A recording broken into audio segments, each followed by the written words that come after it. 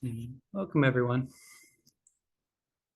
I'm going to go ahead and get into a comfortable posture for seated meditation.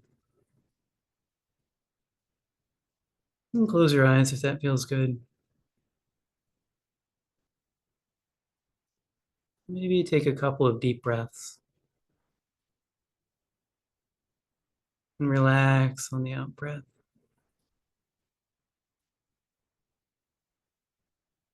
Just using that motion of release to let go of any tension in the body.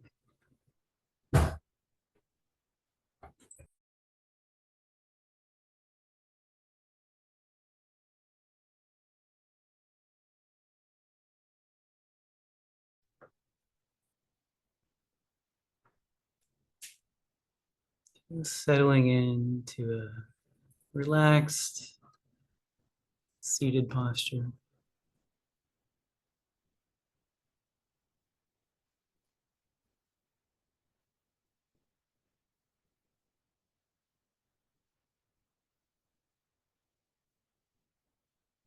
And when it feels good to you, you can let go of the deep breathing and return to a more normal pattern of breathing.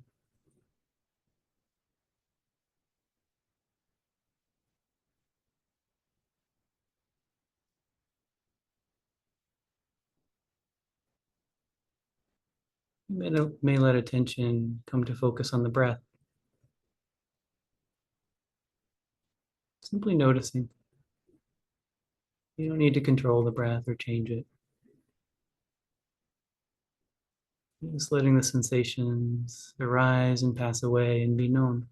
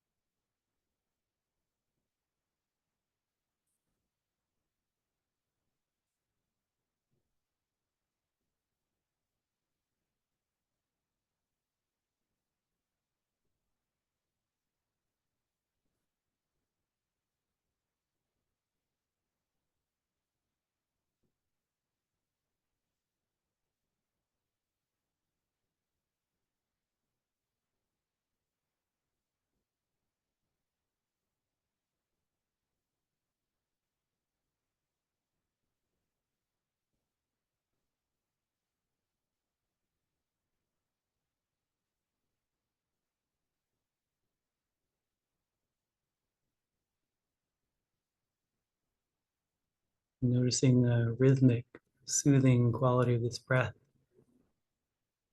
Letting that steady the mind. Steady experience.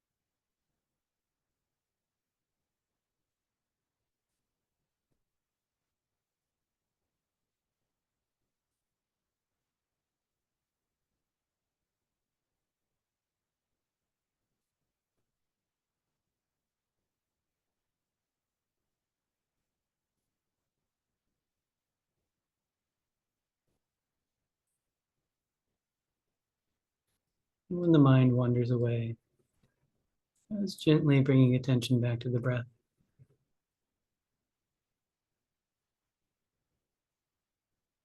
There's no judgment needed. The mind is simply doing what it's been conditioned to do. The attitude to have when this occurs is one of kindness. Welcome back. Welcome back to the present moment.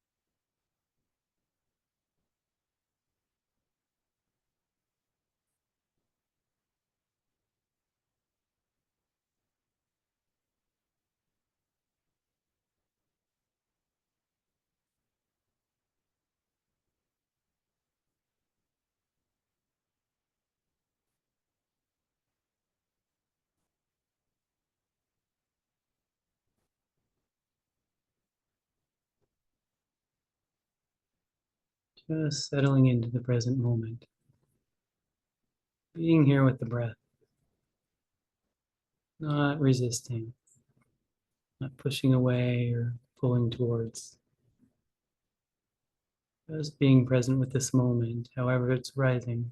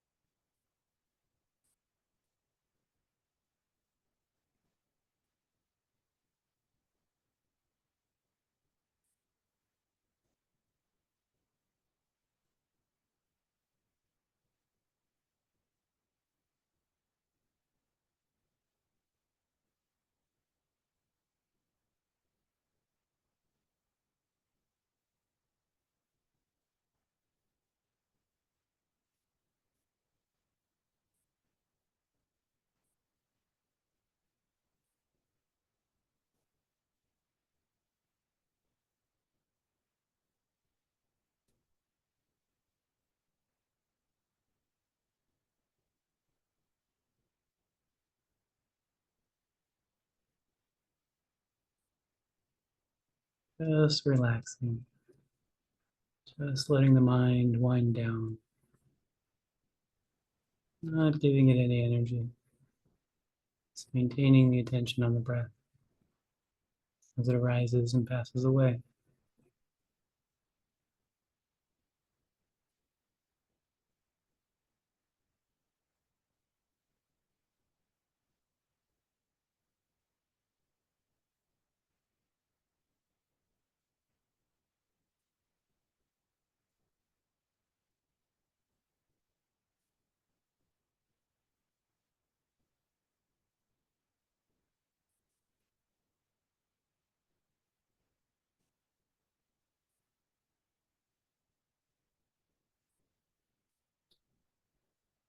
One thing we might ask ourselves in meditation or off the cushion is, what am I resisting right now?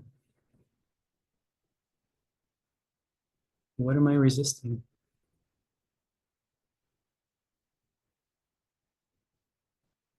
And if nothing immediately springs to mind, you might look for cues in the body.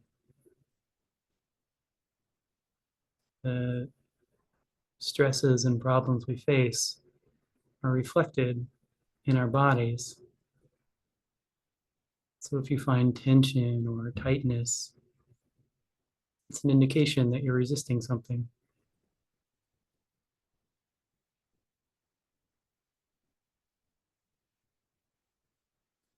What am I resisting right now?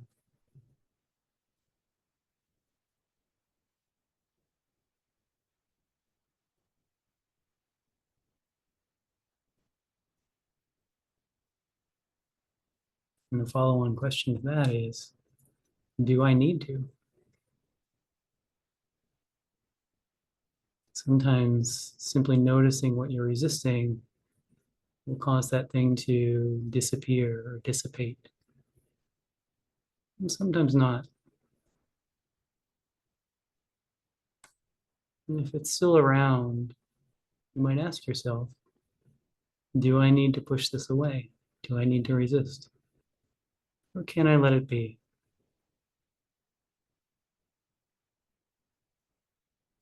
Whatever you're experiencing is only phenomena, only sensations, nothing more.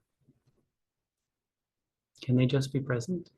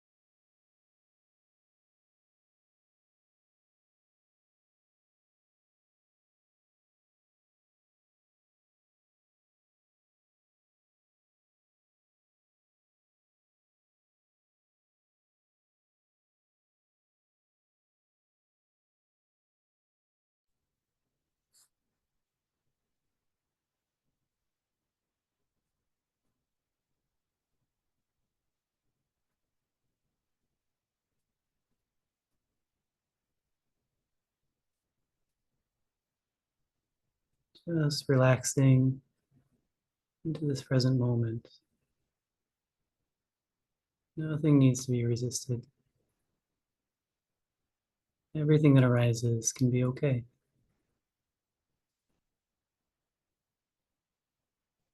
And continuing from time to time to check and see if this is true in your own experience.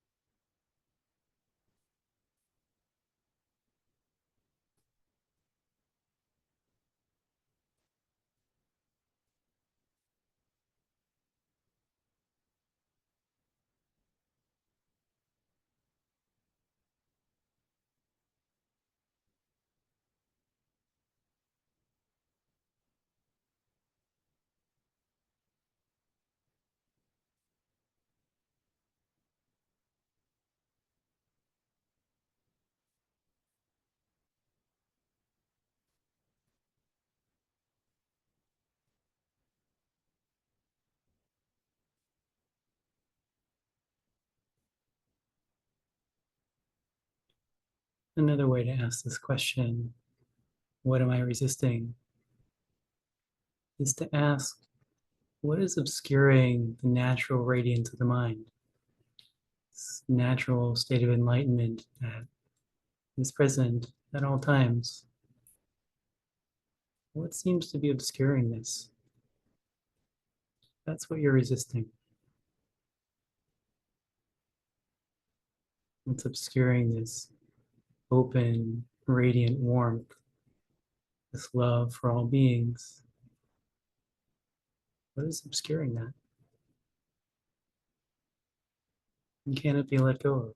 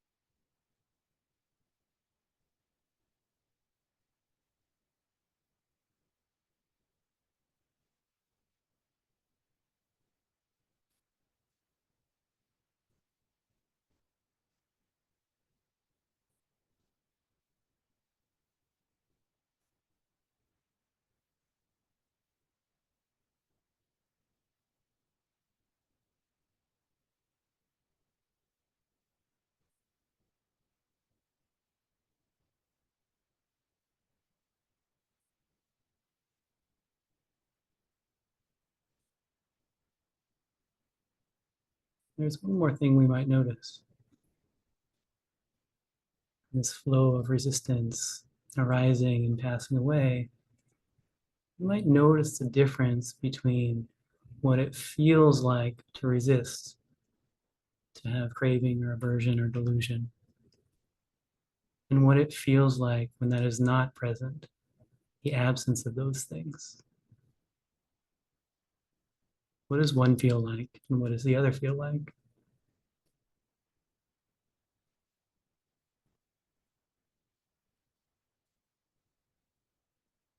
So you may notice this where you can. You may notice it when the mind changes from being closed down around the head or the face. It opens up to the whole world. You might notice what that change feels like. Or when you're lost in thought, and when that thought goes away, the mind returns to openness. When you're wanting something, how does that feel? And when that wanting naturally passes away, how does that feel? What is the difference?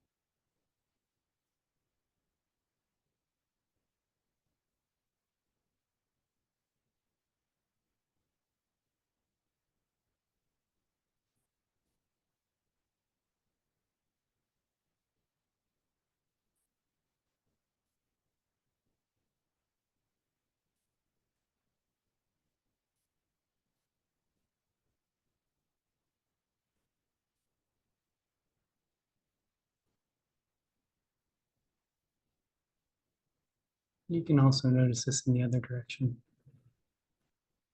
What does the mind feel like when it's clean and clear and free of craving and aversion? And then what does the mind feel like when agitation or greed or some other um, afflictive emotion arises? Notice the difference. How do they feel?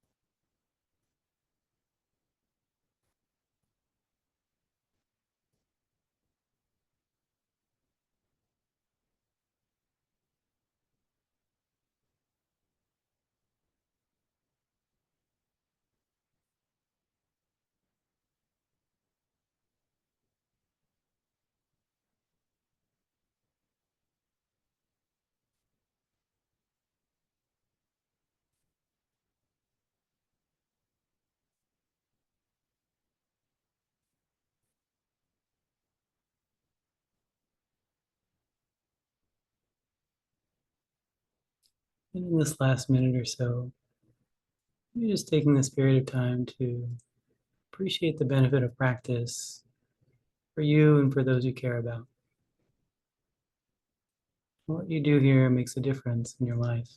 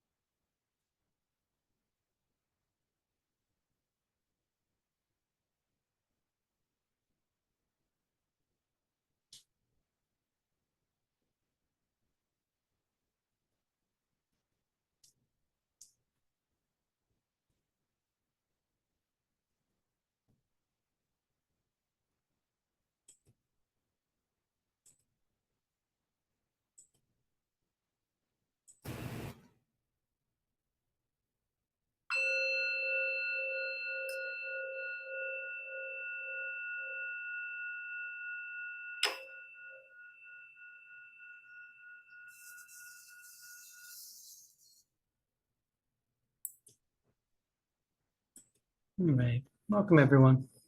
It's good to see you all. Hi, Johan. Hi, Charles. I didn't get to say hello to you earlier.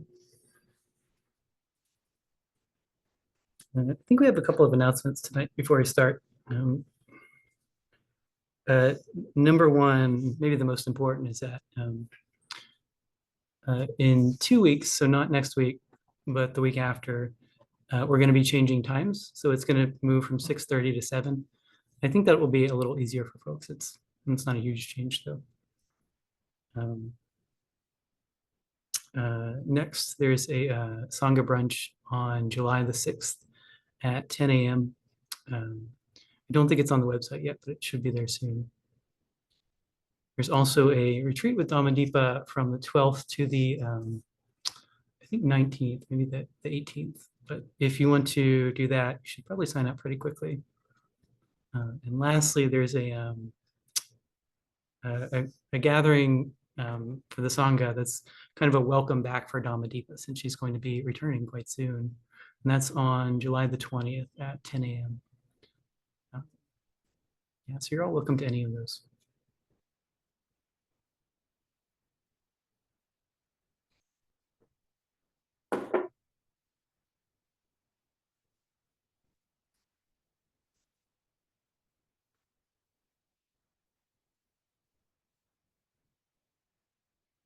So practice is like a mountain. There are many paths to the top, but they all lead to the top. They all lead to enlightenment. This is true of practice as well. There's many ways to practice the Dhamma, and they all point to enlightenment. Last week I spoke about karma and conditionality and how the full flowering of this of the understanding of those things leads to anatta, to the idea of a separate self cannot coexist with the full understanding of conditionality. And I spoke about how that's a surrender. When that's seen clearly, the self cannot coexist with that, so that must be surrendered. And the mind surrenders to the flow of experience. And this is what I want to talk about today, this idea of surrender. I want to talk about it more as a path of practice, because it is a path of practice in and of itself, just this act of surrender. I want to talk about it in this context.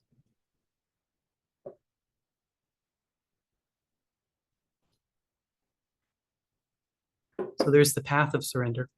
There are many, many, many other paths, and I'm going to group them all together into one for this conversation and talk about them as the path of effort. So the path of effort and the path of surrender.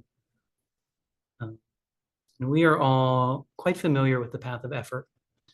The path of effort has a voice that says things like, I am not kind enough. I should do more metta. I need some more equanimity in my life. I should do this practice.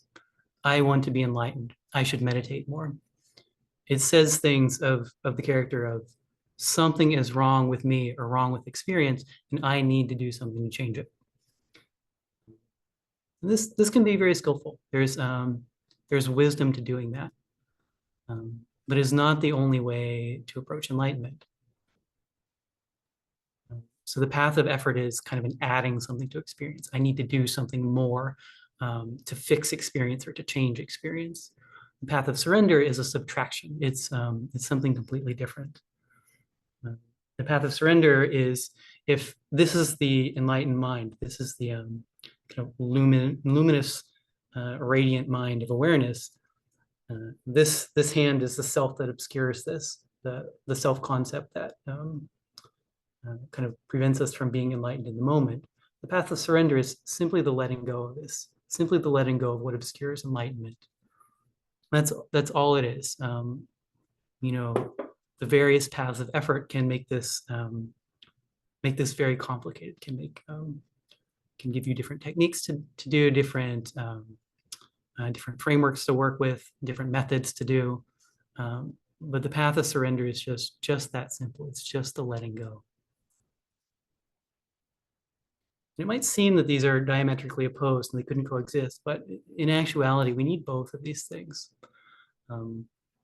There's a lovely quote from Shunryu Suzuki. It says, each of you is perfect the way you are, and you can use a little improvement, right? So there's this idea that everything is okay the way it is. You can just simply surrender into the present moment, but there's also the idea that things can be changed. And both of those can be true and can be used skillfully to progress towards enlightenment. The analogy I like for this is orbital mechanics. So you have the planet itself, right? And you have the planet enlightenment. And you obviously want to be sitting on this planet enlightenment. But when you're stuck on the planet itself, you need some effort to get off to the other planet. You can't just kind of sit there and hope you get enlightened. You need to get yourself a rocket and get some energy and some momentum and motivation and movement to get over to this other planet. And so that's a skillful thing to do. But when you're kind of over here floating in space, or maybe like somewhere around planet enlightenment, you don't want your rocket engines on. You're just going to like fly past the planet. What you want to do is turn them off and let the gravity of enlightenment kind of pull you in. It's a surrendering. It's a letting go. Learning to use these two methods is something that's really helpful to do. But there's an art to it. It's something you need to figure out individually. You can't. There's not an easy, bright line for saying this is when you use this method and this is when you use the other. Some months ago, Stig shared an analogy that I really like. It's the analogy of practices like walking on a tightrope. You have this like great balance beam, the kind of wooden balance thing that you hold that's kind of spread out to both sides. And when you lean to one side, you move that balance beam so it kind of pulls you back in. When you lean to the other, you move it the other way, so you're kind of pulled back in alignment. And I'm sure this is very hard to do. Not having done this myself, but I'm sure it's very hard to do. But I'm sure it's something that you figure out with practice, right? And it's like this with learning when to use effort and when to not use effort. You do something, you try it out, you say, whatever your situation is, you act in the way you think is helpful, and you see how it works. If it works, great. If it doesn't work, you try something different next time. And so you learn. It's like riding a bike.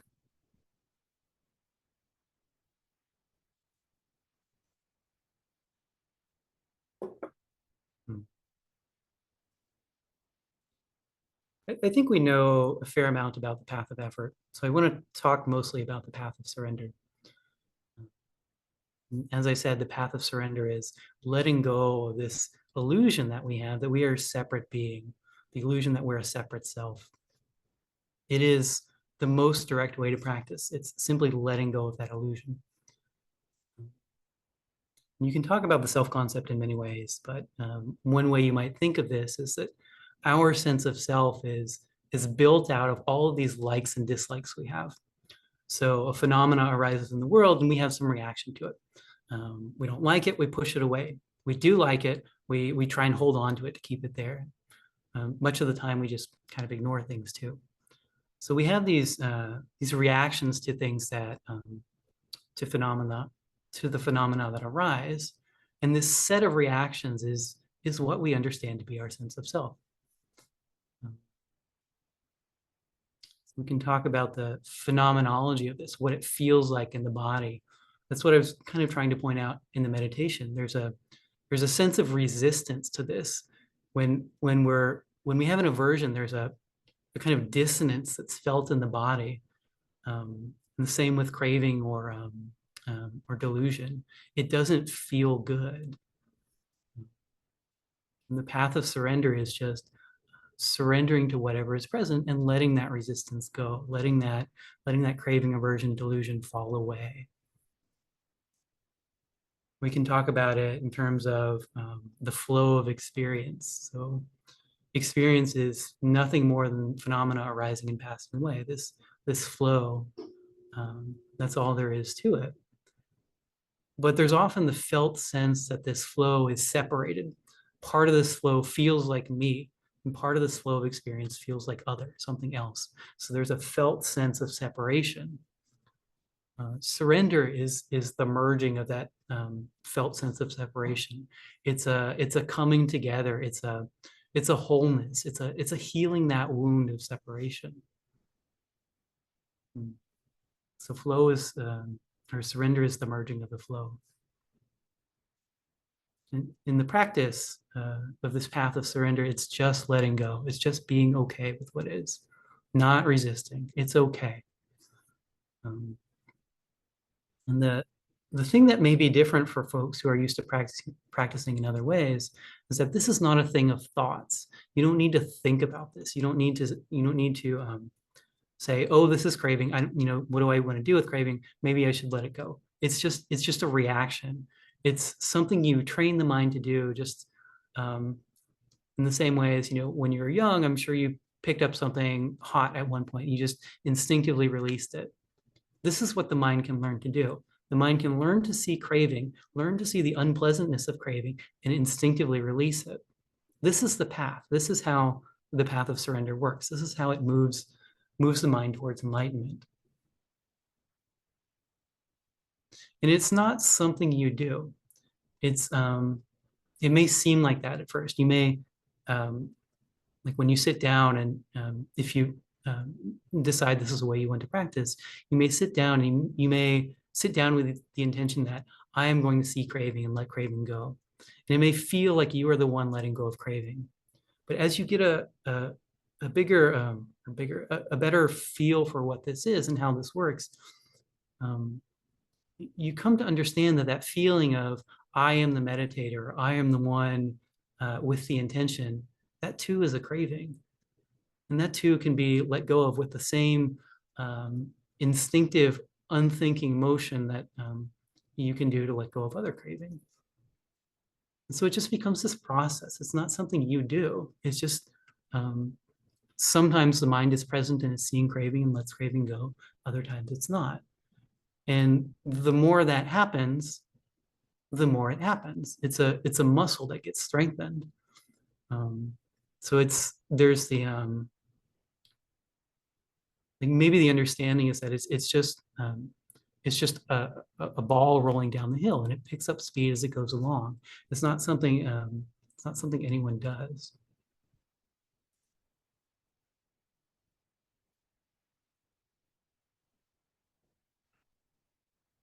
So the pattern is that the mind sees craving or aversion or delusion.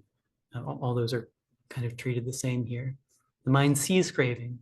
The mind understands craving as being something unpleasant, which it is. This is something you can see. And then because it's unpleasant, it lets go. That's it. That's the pattern. That's the muscle that gets strengthened. This is a direct application of the third noble truth. The third noble truth is the cessation of craving leads to the cessation of suffering. This is exactly what is happening. This is the third noble truth in action. And this works because it's in alignment with what the mind wants. The mind wants a pleasant environment. It wants pleasant feelings, and it doesn't like unpleasant feelings. And the only reason that it uses craving and aversion in the first place is because it doesn't see them clearly. When it sees clearly what they are and the negative effect they have on the mind, it doesn't want to use them. Mm. So when you practice this way, um, as you get a feel for what craving is and how it shows up in the body and in your life, you start to generate an intuition about how to move in the world in a way that moves you toward enlightenment. It's a felt sense of the thing. It's not a thing of thoughts. It's just you feel your way through life as a way to avoid craving. And this is really the path you want to follow, even more than like reading the Dhamma or finding a Dhamma teacher. This internal intuition is really really the best guide you can have.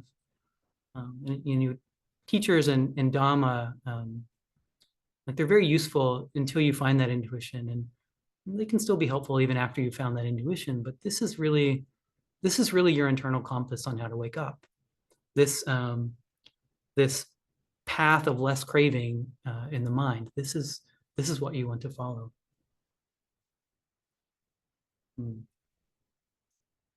So the simplicity of this compared to the path of effort is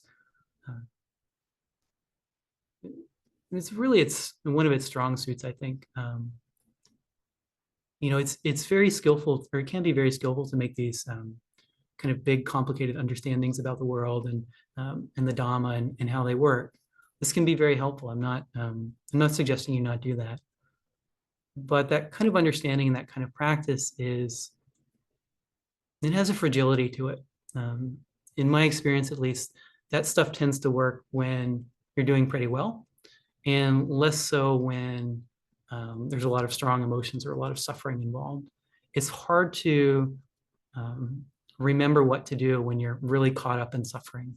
When you have to figure out which one of these three techniques you should use, or which framework of the mind you should be seeing the world in.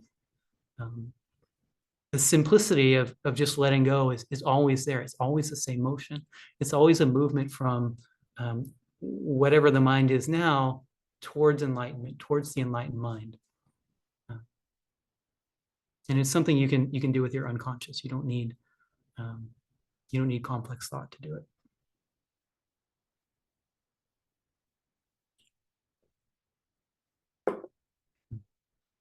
And so whether or not you take this up as a path of practice, this ability to surrender is something you need to cultivate for progress. Because this is the path. Letting go of the sense of self is the path. And whether you do it through complicated means, whether you do like lots of fancy meditations and you have lots of frameworks and stuff, that's fine. But that's only helpful insofar as it conditions the mind so you can surrender, so you can let go of the sense of self. The sense of self needs to be utterly and fully surrendered. There's no way around that. In general, the path of practice is letting go of little portions of the self kind of gradually over time. But there's also moments during everyone's path where you need to face the truth of anatta squarely. You need to fully come to grips with that and fully accept it. These moments kind of gate practice. If you don't go through this gate, then the kind of deeper parts of practice are not really available to you.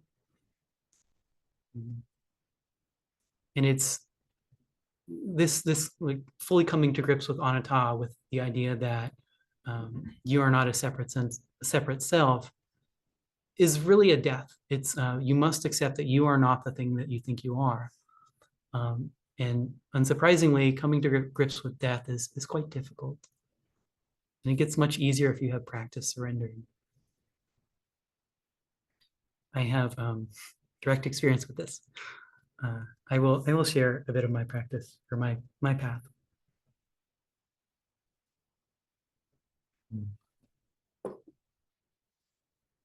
But when I came to practice, I was completely on the path of effort. Surrender was not a word in my vocabulary. I had found meditation to be something that made my life better, and I was I was all about this. I had a great deal of effort to do things to make my life better. And I practiced this way, and I made a lot of progress, and this is very good. And so I was sitting on retreat one time, and I was doing jhana, and so my samadhi was quite strong, and um, it's very the mind was very peaceful and very quiet. And out of nowhere, this great fear rose up. This very, very strong fear. It was so strong I couldn't hold the meditation. I had to go do something else. And I didn't know what it was at the time, but um, in retrospect, this was me um, approaching one of these moments where you have to see the truth of anatta correctly. And the unconscious mind was not ready for that. The metaphor I like is, the mind walked right up to a cliff. It looked down and saw this abyss below with no bottom in sight. And it had the opportunity to either jump off this abyss into the unknown or turn around and go back home. And it chose to turn around and go back home. And that was the fear. That was the fear. So I kept practicing, and for a couple of years, as I remember it, this same occurrence would happen. It happened probably 10 or 20 times. There would be this, I'd be sitting and the mind would be very still, and this the great fear would arise.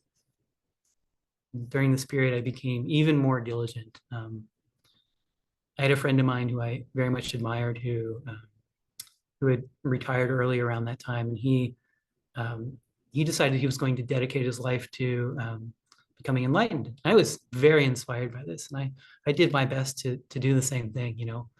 Um, I was able to kind of not put much effort into work and arrange my life so I could do a lot of sitting practice, and I did some ascetic stuff. I cut out movies and TV and music and watched the food I ate and the people I was around, and just centered my life around practice. I had so much energy, so much effort.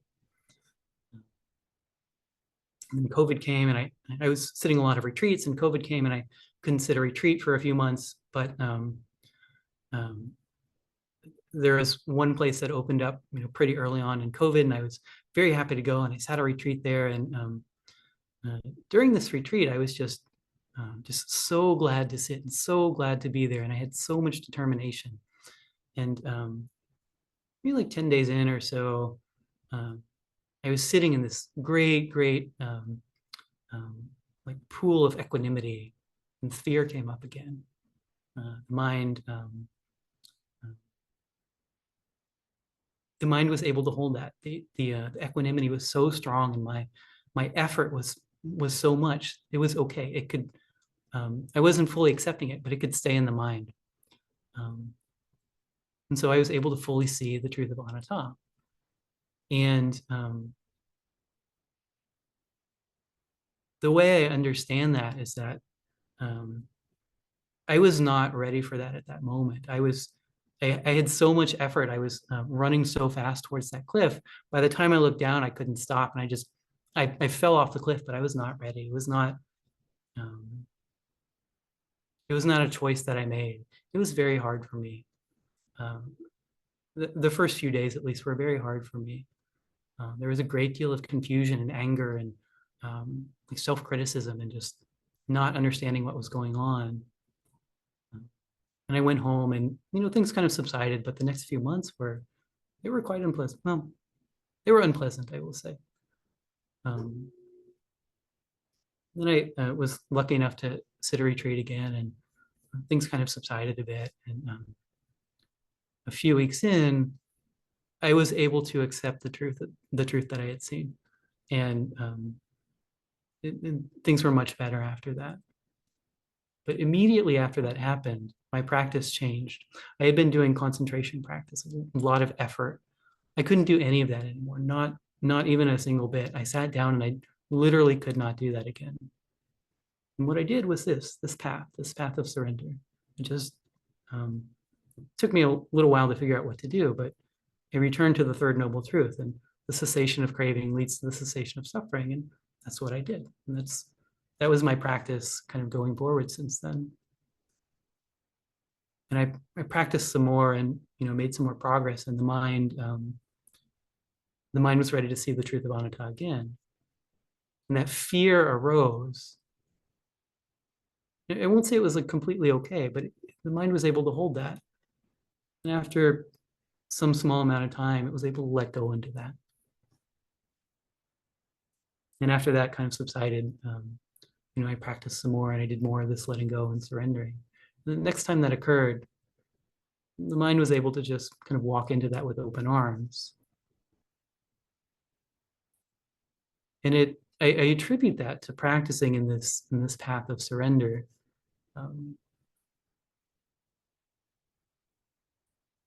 When the self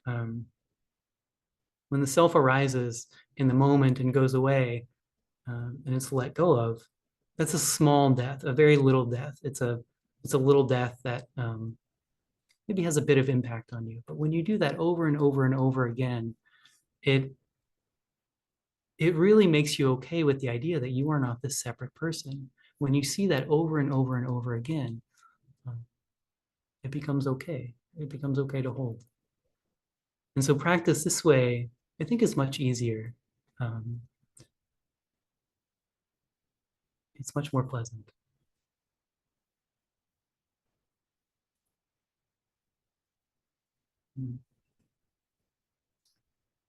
So surrender is freedom. I guess that would sound kind of counterintuitive to somebody out in the world. You might think of soldiers surrendering to an enemy, where there would be put in a camp and confined. But it's the exact opposite with us, with practice. This sense of self, this set of likes and dislikes that we put on the world is a set of shackles. Our future, the possible futures that we have, are completely open, but we segment them out. We say, I need to be good at work. So all the futures where you're not good at work, we don't like those. All the futures where you are good at work, those are okay. And we say, I want people to like me. And so the acceptable futures become smaller. And we add more and more and more of these things until we have either a very narrow path forward that is okay to us, or sometimes we don't have any path forward that's okay to us. And it's just stuff we make up. That's not to like deny their the feelings that they come with, but it's something that the mind makes up. And when we let go, we're free of these shackles, and this thing that we are, this dynamic movement of energy, can be kind of unleashed and just kind of go anywhere.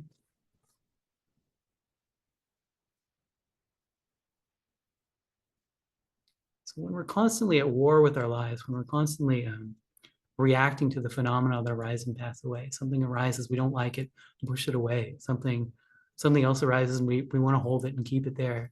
And we're constantly doing that. Our lives appear to be ours, in that like they're ours to change and fix and mold into our image. And life becomes a problem to solve. And when that I is let go of, that same life is there. The same phenomena are still arising, but they're seen to be something much, much different. When the I is gone, they're seen to be a gift. It's just a gift that's given. And that change of perspective is it's incredibly powerful. It's life-changing. That is what enlightenment is, that change of perspective. It's not anything other than that. Enlightenment is just seeing the world in a different way. I have this metaphor that's been kind of going around in my head for the past couple of days that I'll share. Imagine in this moment I were to snap my fingers, and this like great and wonderful banquet would appear, full of all different kinds of foods. You got a turkey and drunken noodles and green bean casserole and pizza and burgers and ice cream and all this stuff, all this like lovely, lovely food. And it's all for you. It's free. Nobody charges you admission. You don't have to be a certain person to get in. You're just invited in. Wouldn't that be wonderful? Just maybe try that on for a moment. Wouldn't that be like a very lovely thing? Even if all the dishes are not to your liking, wouldn't that be a lovely thing? Isn't this what our human life is? Aren't we given this like wonderful cornucopia of phenomena and sensations and experiences and feelings? This like beautiful wealth of all the possible things this mind and body of ours can experience. We're just given it as a gift. And yet we respond to it so differently. Um, I say this with love in my heart, but we respond to this like spoiled 5-year-olds. Um, that's no knock on us. Like when a child is given abundance, I think it's natural for them to become a little spoiled. But hopefully it's a phase they grow out of, right? And hopefully this is a phase we can grow out of too. Mhm. Yeah. Life is a gift. I think I'll end with a poem.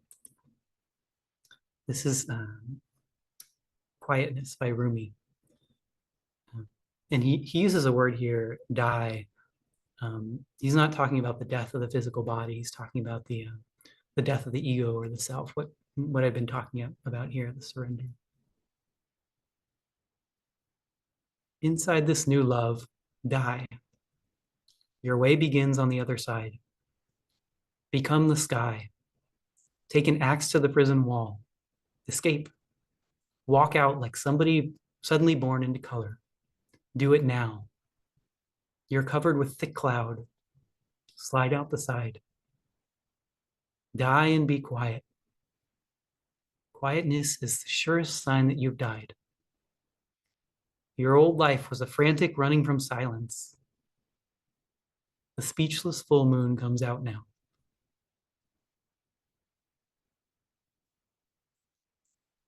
Thank you all for your presence.